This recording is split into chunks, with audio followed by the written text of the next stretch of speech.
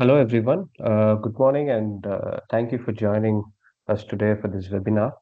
We are just waiting for a few more people to join. We will start in 2, 3 minutes. Thank you.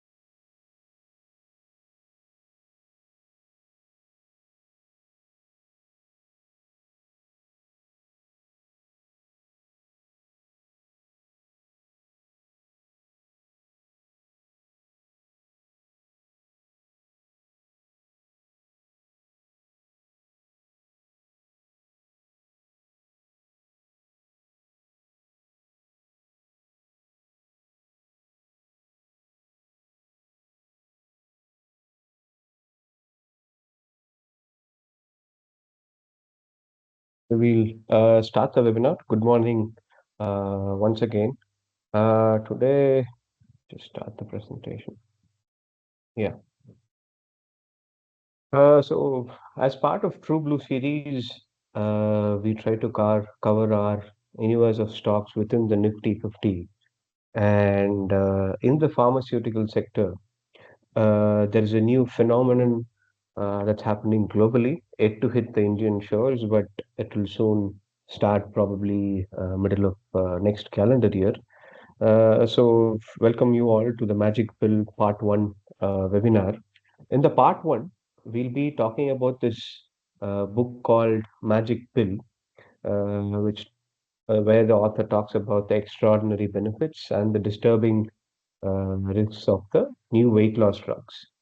I would suggest everyone to read this book, even if you're not an investor, but to understand what this drug does to your body, what this drug does to mankind as a whole itself is very fascinating and very exciting to understand what the future could look like if these drugs continue to do what they're doing. Let me just check if there are any messages in the chat window. Hope I'm audible and you're all able to see the screen.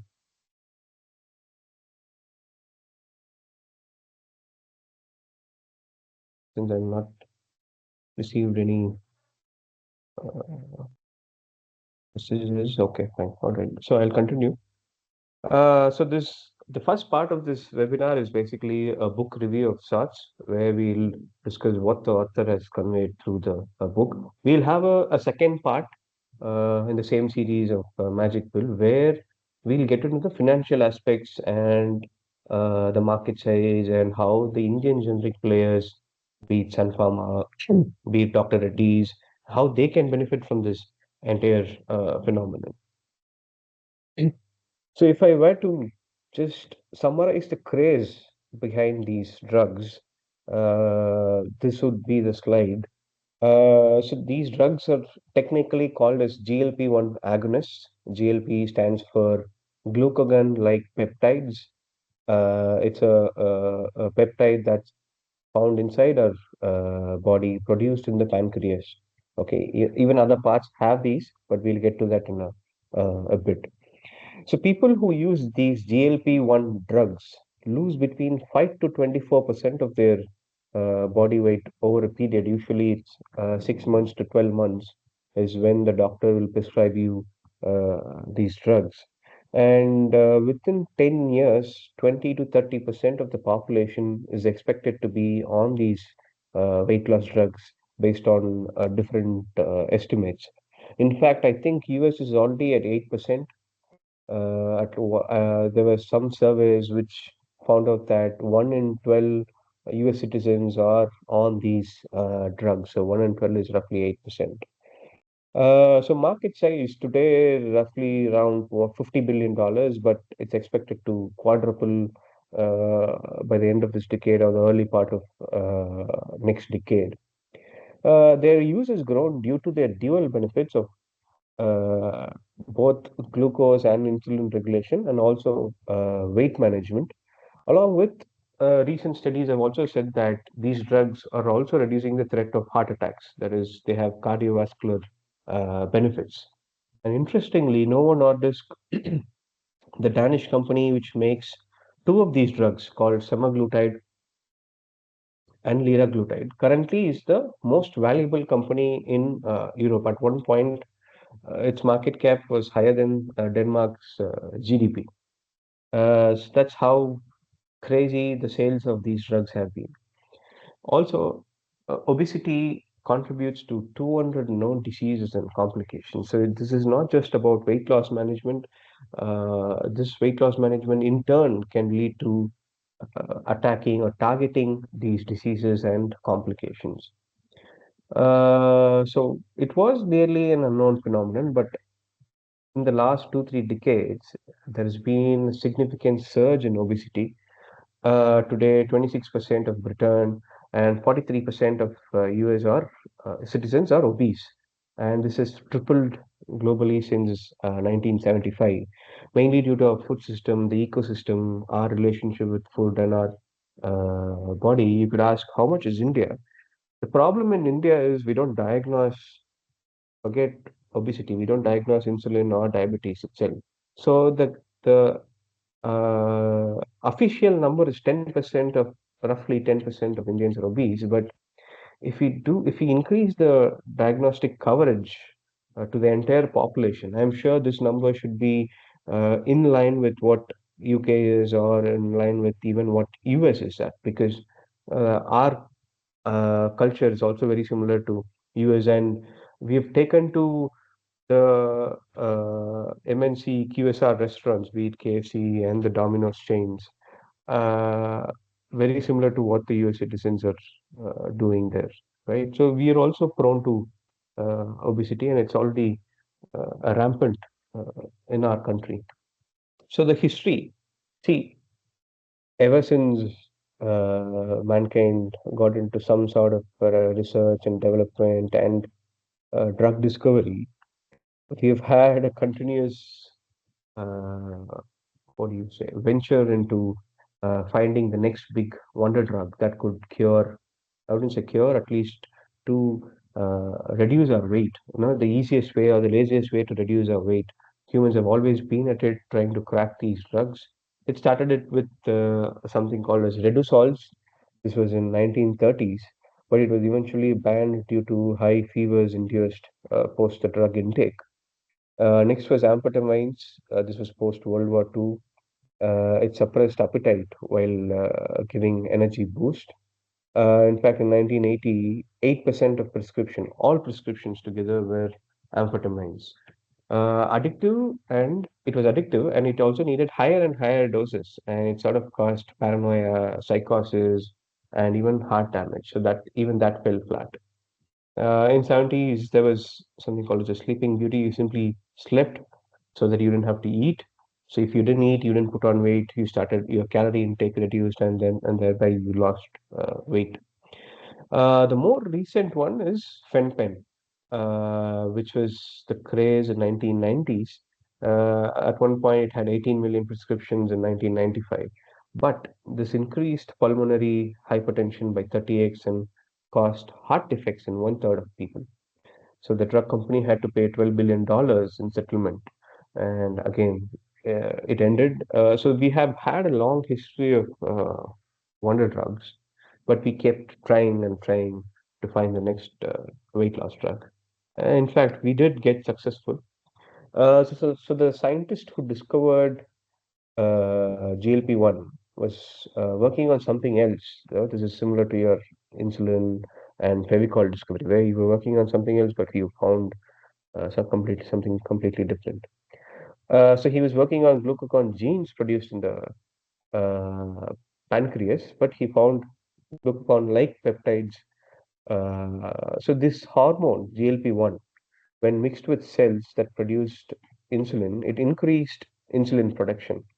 So it worked in rats, pancreases, and then in a pig, and then finally they also tested it on humans, where when injected with GLP-1 hormones, okay, your body started producing more insulin. See, what happens when you intake food is when you eat food is as soon as you eat food, insulin is secreted in the body. So that's a sign of the body saying that okay, uh, you've had enough food, so you stop eating now. It has got the energy that it needed. That's how the body signals to your mind that you've eaten something and it's enough for now.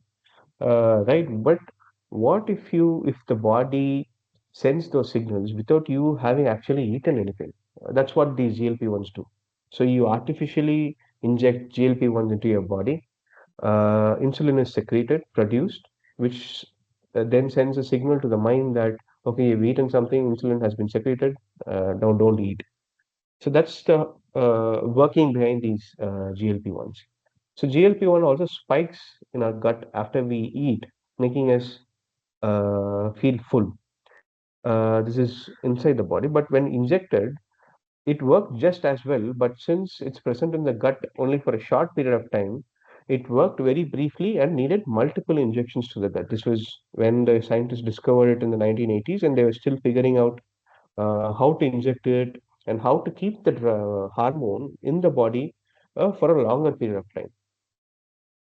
So these drugs mimic the action of these naturally occurring hormones, naturally occur in the pancreas, which enhances insulin secretion in response to meals, thereby suppressing glucagon release. So slows down gastric emptying and promotes satiety. Satiety is hunger, basically. By these mechanisms, GLP-1 inhibitors or agonists, they help control blood sugar levels and support weight loss. So they hit jackpot, the scientists. It wasn't the original scientist, it was someone else who was also working on GLP-1 to extend the life of GLP-1 when injected inside the body. So they found the venom of this monster called Gila. It's a lizard found in Arizona, New Mexico, had similar genetic code or the structure of GLP-1. And crucially, it was longer lasting. So the longer the GLP-1, the artificial GLP-1 that stays in your body, the more insulin the body makes. Thereby, it reduces your hunger or the need for eating. It will makes you think less about food. So this helped drug companies make better copies of GLP-1. The new agonists, GLP-1 agonists, could stay in the body for a whole week before breaking down and gets excreted, let's say via our bodily fluids. So the current set of GLP-1 drugs, the first one was approved in 2005 called exenatide. It was the same family as the subsequent drug called liraglutide. And the most popular one today was approved for obesity in 2021. And before that, it was approved for diabetes management in 2017 itself. So what this drug, Ozempic is the brand name. The molecule name is called semaglutide. In 68 weeks, that's just more than a year. In 1 year, it leads to a reduction of 15% of your body weight. Uh, First, it was approved for uh, diabetes management as Ozempic. Then it was marketed as Wegovy for weight loss.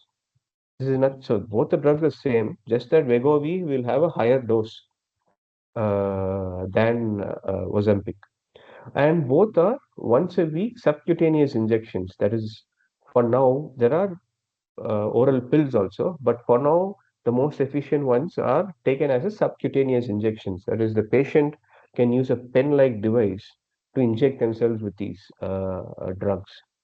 And but even if you lose 15% of your weight, if you stop using them, they tend to gain two-thirds of the weight lost within a year of stopping the drug. Then came Eli Lilly. It's another company, US based. So they launched something called as Mounjaro, and it's not just GLP-1 antagonist. They also combine it with some another hormone called GIP. I don't want to get into the technical details, but the major difference is if people on Ozempic and Wegovy lost 15% of weight, people on Mounjaro lost 21% of their body weight, and Eli Lilly is slated to come a bit later. Now they are working on something called as triple G, where they combine GLP-1, GIP, and glucagon itself. There, the trial suggests that patients who take it lose up to 24% of their weight. So these are the approved ones so far. Triple G is still under clinical trial, but seeing the growth of these drugs, every major pharma company is working on some form of GLP-1s or even a better form of GLP-1s like the triple G. And now there are over 70. This was some time ago, but now I think there could be 100 anti-obesity drugs under development, either be it preclinical or under clinical trials. This is the current list of GLP-1s. So semaglutide and liraglutide is by Novo Nordisk. Tirzepatide is the one which combines GLP-1 and GIP. They are sold as Mounjaro and Zepbound by Eli Lilly. If you see the cost, it costs roughly $1,000 per month. That's 85,000 in today's USD INR terms. So people in US are spending 85,000 per month to use these drugs, and they use it for 12 months. So that's essentially they roughly spend almost close to 10 lakhs to reduce their weight by 15 to 20% on average. But these drugs are priced so highly because they're all patented drugs, which is where our Indian generic pharma companies will have a shot at these drugs post the expiry of these drugs. So post expiry, other companies are allowed to launch the generic version of these drugs across markets, but the launch date will vary. For example, semaglutide, Ozempic, and Wegovy, they expire in Jan 2026 in Canada and in India in March 2026. And once the regulator in these countries approve these generic drugs, the pharma companies are free to sell these drugs in the market. So what usually happens when generic drugs enter the market is the price of the patented molecule will come down significantly by 75%, 80%, or 90% even. So let's say from $1,000, it will erode by 90%. The generic companies will still sell these drugs at $100 per month, which is also significant. So an Indian will spend roughly have to spend anywhere from uh, let's say 80K to 1 lakh per year just on these uh, weight loss drugs. But so who's the competition for these drugs? It's your gym membership, right? And you also save a lot on your snack, and food intake, which we'll see in a bit. So, someone who wants to lose weight today will easily spend close to, let's say, assuming, let's say, gym memberships today are at 5,000 rupees per month, right? So 12 months is like 60,000 rupees. So this $100 still makes sense for a generic drug to be priced at those levels because of the power of these drugs.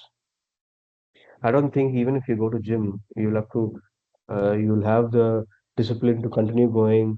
And even if you go for 6 months, will you lose 15% of your body weight? That all depends on what you eat, even during the gym period. All of that matters. So there is potential for these drugs to make a lot of money, even if price erodes by 90% when the generics come in. So this is the rise of the prescriptions of these drugs.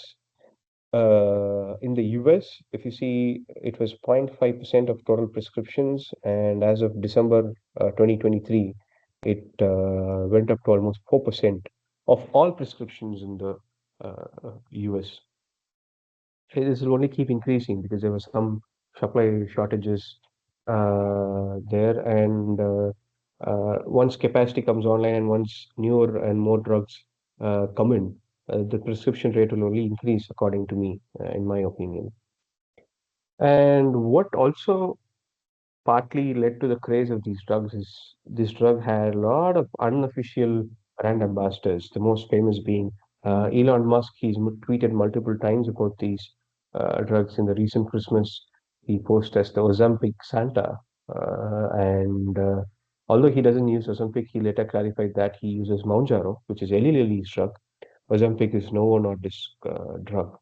And later, he also tweeted that nothing would do more to improve the health, lifespan, and quality of life for Americans than making these GLP-1 drugs super low cost to the public.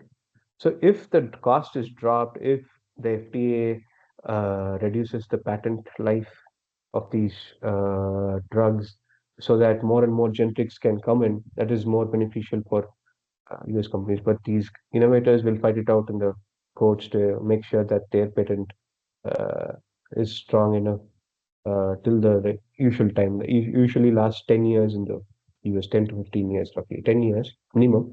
If they get some extension, it can even be 15 years. So let's say Ozempic was launched in 2021. So no other generic can be launched in the US till 2030 at least. That's the current status as of now. And the author also talks about Japan in the book because I think Japan is the only country which still has obesity in single digits. So only 4.5% of its population is obese compared to 26% in UK and 43% in US. So it's the only country that got rich without getting fat. And this has got nothing to do with their genes because the Japanese Hawaiians are almost as fat as Hawaiians themselves. So it's not the genes because these Japanese moved to Hawaii in the early 19th and the 20th century. So it's more to do with what happened to the Japanese culture in the last 60, 70 years post World War II than their tradition or heritage. So Japanese cooking has 65 ingredients on average, compared to classic French style with 20 ingredients. The more diverse your diet, the healthier you get. The Japanese live on fish and vegetables, not on what we eat, milk, butter, meat. And Western cooking is primarily adding things to food to make it tasty, butter, lemon, herbs, and sauces. But Japanese cooking is apparently a minus cuisine. That is, flavor is drawn from the ingredients themselves rather than adding anything extra to add flavor or add taste to the food.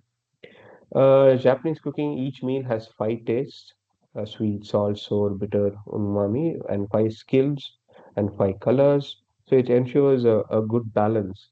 They see food as an art and even plating to be art. And they eat one dish fully before moving on to another. They consider that moving on before finishing is as a rude way of eating. They follow triangle eating, that is moving from one dish to another, one bite of soup, one bite of the side, and so on, ensuring balance of taste in the mouth.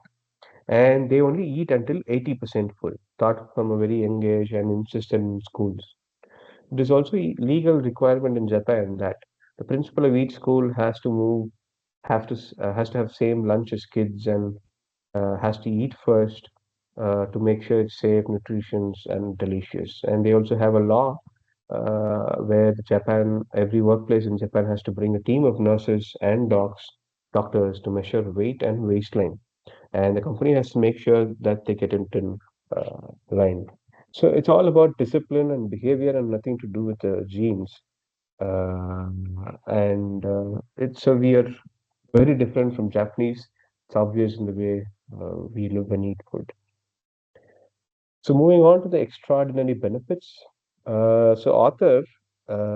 This book makes more sense because the author just didn't collect anecdotes or experiences of other people. He himself took these drugs, and his body fat went from 32% to 22% body fat on Ozempic in just 6 months. So 10% reduction in the total fat content in your body. And author's friend who was on Mounjaro, that is Eli Lilly's drug, he lost 50 pounds, and doctor cut his BP pills, blood pressure tablets, gout tablets, and statins by half, and was likely to do another halving after that. So in addition to losing weight, what these drugs are also doing or could do is the demand for a lot of these staple generic drugs could be hit alongside junk food and alcohol, of course. And there will be a reduction in the hip and knee replacement surgeries because since you lose weight, the load or the impact of your knee and your legs will come down because you're losing weight. So those are the extraordinary benefits of using these drugs. But in addition to these, very few would have anticipated that the success of these drugs, in turn, will have impact on companies outside the healthcare sector. The possibility that these treatments might dampen consumers' desire for certain foods, drinks, and possibly behaviors is, of course, hugely significant. Because if you read the book, the author talks about being full all day, and he started looking at food differently because it makes you feel different once you start taking these drugs. So you eat less, and when you eat less, your junk food intake comes down, your snacking comes down. So let's say Krispy Kreme, Nestle's frozen foods, beverages, confectionery, ice creams, and even alcohol markets have started taking a hit. So there's a fund manager called Terry Smith, where he had a position in this company called Diageo. Diageo is a large global leader in alcohol. They have a lot of you would have heard of these brands called Johnny Walker, Tanqueray, and Bailey's. So they're the owner of these brands. And his fund, Terry Smith's fund, used to hold Diageo since the fund's inception in 2010. But he's dumped or he's exited their stake in Diageo, citing the impact of GLP-1 drugs on the consumption of alcohol. So if you see the highlighted portion, so likely that the drugs will eventually be used to treat alcoholism, such is their effect on consumption. And there have been a lot of reports which say that these drugs might also help people with drug or alcohol addictions, as well as those with compulsive shopping or smoking habits. So, in addition to tackling diabetes, weight loss, cardiovascular, it will also help people in reducing or in the de-addiction. It could be alcohol, smoke, or shopping, or even gambling. So that's the kind of impact that these drugs are having. And if you see Diageo's shares, I mean, this is very short term. There could be a lot of reasons for Diageo's underperformance. It could be because of the management, but one reason being ascribe to is the impact of these GLP-1 drugs on alcohol consumption. That's why the underperformance compared to FTSE 100, which is the index in Europe. And but again, there are varying views, and mixed views is what makes the market, right? So this here in this case, Troy Asset Management feels that maybe in the short term you'll see a shift in the behavior, but rather than being confident, they're saying that they don't really know the extent to which human behavior changes in the long term.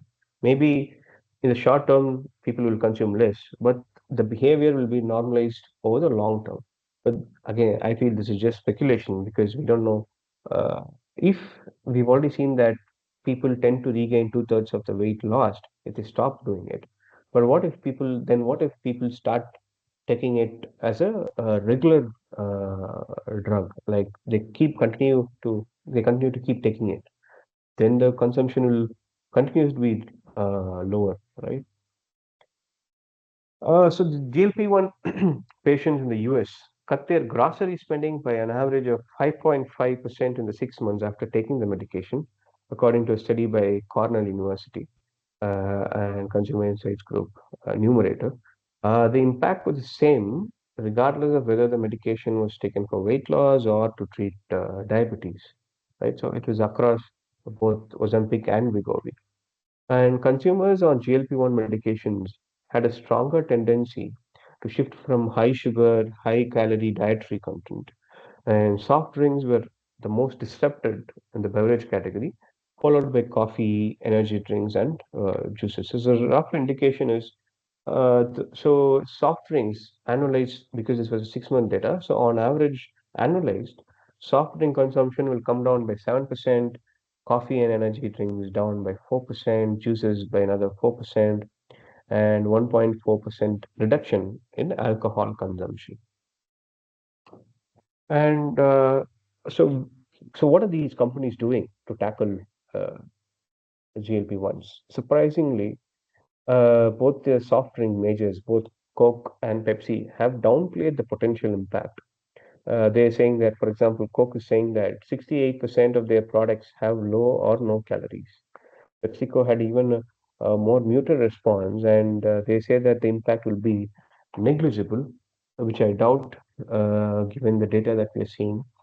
The same is true also in the alcohol industry, where, for example, CEO of Molson Coors saying that we don't have to suggest that that's having a meaningful impact. This sentiment is seen across AB InBev and other brewers are also either they're silent or they're downplaying the impact. So far, I think it has only been Nestle who are trying to participate in this demand. So they're launching this product called pre-meal hunger support protein drink, which is aimed at individuals consuming these GLP-1 drugs, so that it will add protein content to their daily food intake.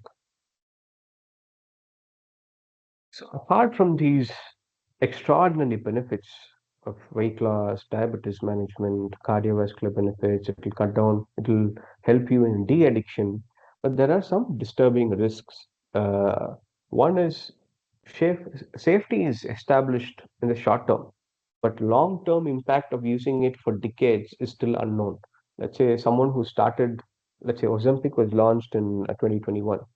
What will the patient look like if they continue to take Ozempic for 10 years? So that data is still out there. I mean, we don't know how it will play out.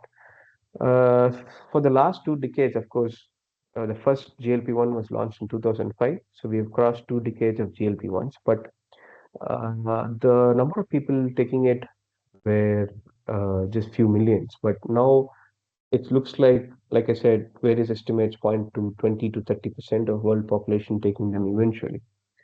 So what will happen if a patient takes these drugs for 10 years? We don't know how it will play out. And GLP-1 agonists have receptors in thyroid tissue. So what will happen is these GLP-1 agonists will bind themselves to these receptors. Receptors are molecules that could receive or bind the incoming hormone. So there's an increased risk of developing thyroid cancer by 50 to 75%. So far, the incidence rate has been low, roughly less than 2%, but they also seem to survive. 84% of them survive. It's very a small, minuscule subset within the overall population that's taking these drugs that is facing thyroid cancer issue. And GLP-1 agonists increase risk of pancreatitis because anyway, GLP-1 is naturally produced in pancreas. While it's rare, the incidence, the GLP-1 agonists increase 9x risk, but it can be treated and they can also cause stomach paralysis. In pregnant rats, structural abnormalities were observed in the fetus when on GLP-1 agonists. Uh, More importantly, because some of these can be treated, but the biggest disturbing risk that see is the final point where GLP-1 receptors also exist in our brains. So we actually make GLP-1 in our brains too. So it affects your appetite, it affects your reward centers. That's the reason it is reducing alcohol consumption alongside nicotine, cocaine, heroin, and a lot of these abuse drugs. So taking GLP-1 boosts self-control across the board, and it can make you feel emotionally dull because if you are someone who depended on alcohol as a emotional booster, but if you start taking these GLP-1 drugs, you will feel dull because you're not taking the very substance that boosted your emotions or kept you feel good. So you'll no longer feel good. Okay, uh, which is close to depression, if I were to put it that way. Uh, so there is a risk of being emotionally dull once you start taking these drugs if you are dependent on these reward centers. So people with gambling and compulsive shopping problems and other risk-taking behavior, let's say an entrepreneurial spirit could come down. I'm just saying potentially could come down when you are on these drugs. So such is the disturbing risks of these drugs. It is possible that blunting of these reward centers could dull the very essence of life and could raise suicidal tendencies. Of course, no concrete evidence, but what if these can play out?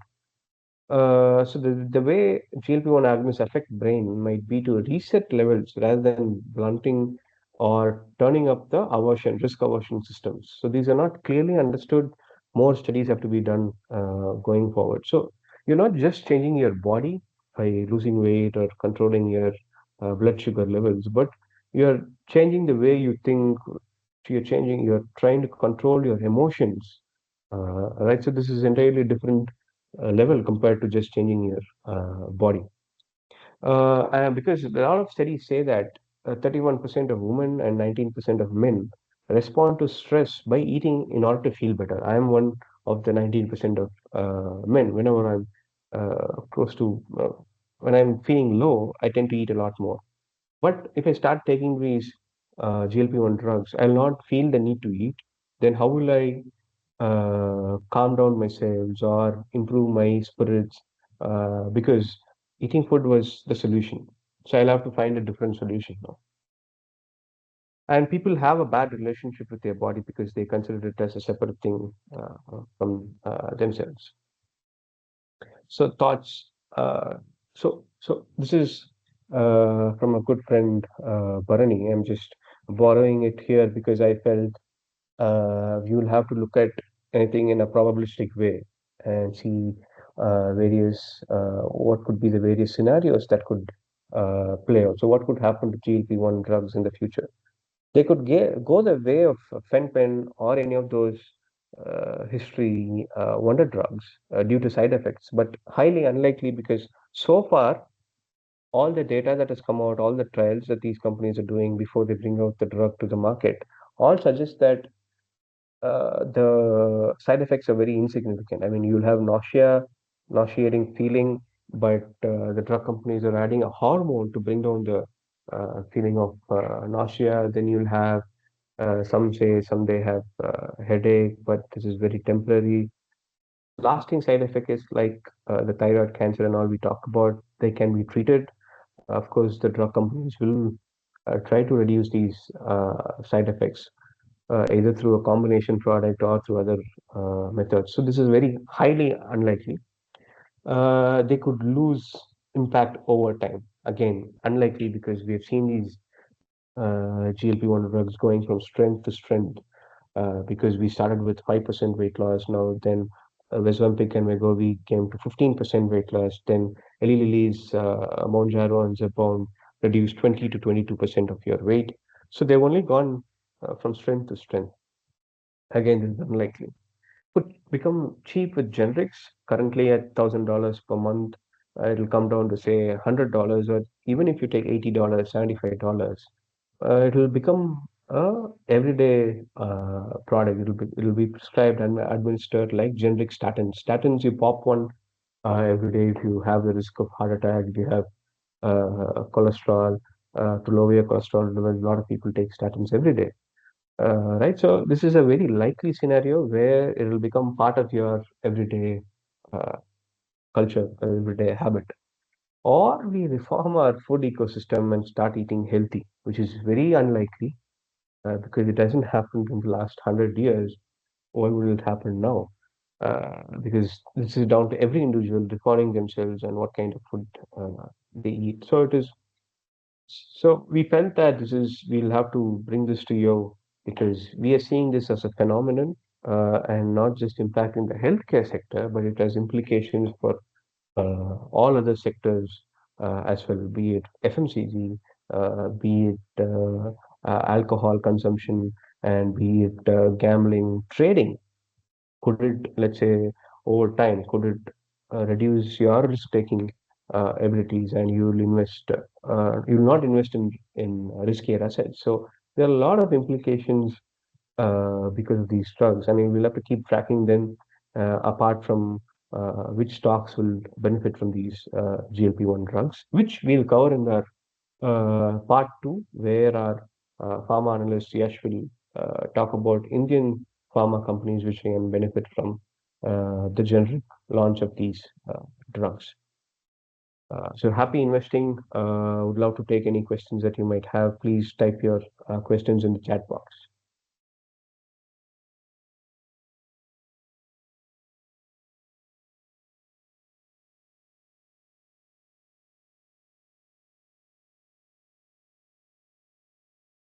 Is there any medicine to avoid the weight gain after stop taking it? Unfortunately, not really. You'll have to keep taking these GLP-1 drugs only to stop gaining weight after losing it. Probably you might, uh, maybe you might want to change your lifestyle uh, by by reducing your calorie intake. Of course, it's all down to our sedentary lifestyles. Where I mean, my job is sitting in front of the computer and studying companies. So we are having a sedentary lifestyle. So I keep thinking the three meal structure that we have was designed for our past generation, older generations who got on the field, who used to walk a lot for work, in work, at work. So it made sense for them. But why should I, who's sitting in a chair studying companies in uh, the laptop, why should I have three meals? So that's a question you can explore.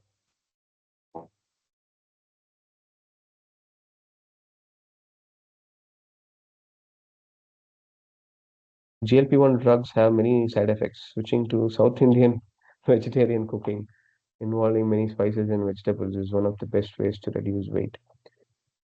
So it's not the type of food. Japanese don't eat spices, and of course they eat vegetables, but they also eat a lot of meat because since they're an island, they eat a lot of fish, right? So apart from the type of food, I think it's also down to the calorie intake. Like my body is supposed to have only 1,500 calories per day, but I have been consuming more than that, which I realized only after studying all these companies and these drugs. So you'll have to start monitoring what's your calorie intake, and not just it's not just about the kind of food that you eat. Good info. Thank you, Sanjay. Thank you, sir. So I would suggest you guys to read this book. It was an eye opener for me. Even if you don't make money on these drugs, it's a good knowledge, and you'll become a better person, more aware of all the things. Because I didn't cover a lot of aspects that he talks about in the book about the processed foods, because the author himself is an obese person.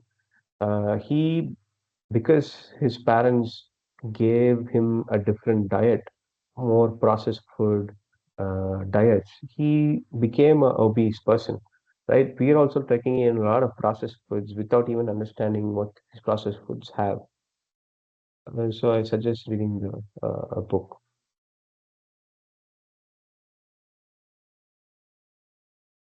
and do register for the subsequent True Blue webinars as well, where be talking about the market size, the potential of these drugs, and which Indian companies can potentially benefit. All right, so I think we're done with the questions. We can wrap up the webinar uh, now. Thank you once again for joining. Hope it was very useful. See you all. Have a good weekend.